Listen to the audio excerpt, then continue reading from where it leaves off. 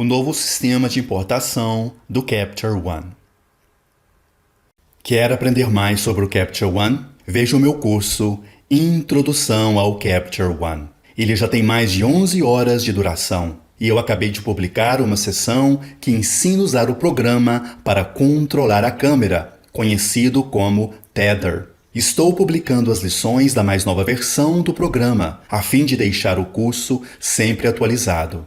Se você quer dominar o Capture One, esse curso é para você. Vou deixar o link desse e dos meus outros cursos na descrição desse vídeo. Para importar fotos, clique no ícone de importação ou use a sua tecla de atalho Ctrl+Shift+I. Se for preciso, informe o local. Geralmente, você não precisa alterar as outras opções, a não ser que queira algo específico.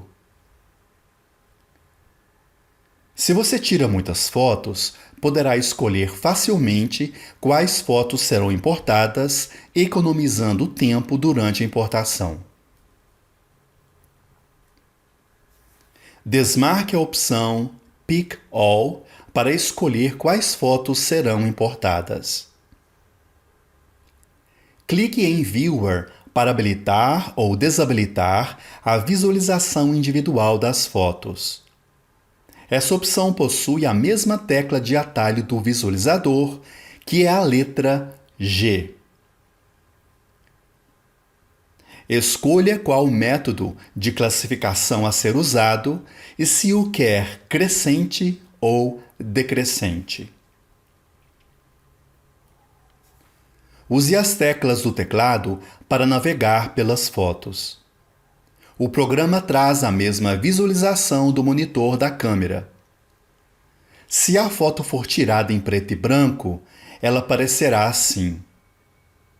Contudo, se o arquivo estiver no formato RAW, você poderá usar a foto com todas as cores após a importação.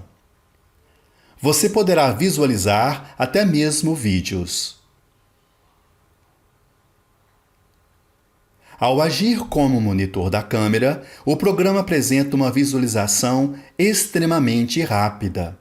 Mas essa visualização depende do sistema de cada câmera. Ela poderá ser maior ou menor e você não conseguirá nem aumentar ou diminuir o seu tamanho e nem verificar o foco. Para isso, terá que importar as fotos. Na parte inferior da aba, você verá quais os atalhos usados aqui. S é para selecionar. A é para retirar a seleção. E Space com essas duas funções.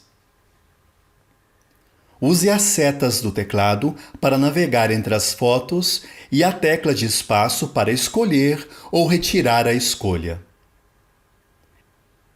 Veja que a navegação é bem rápida. Você não precisará mais de programas específicos, como Photomechanic, por exemplo. Assim que terminar a escolha, clique em Import.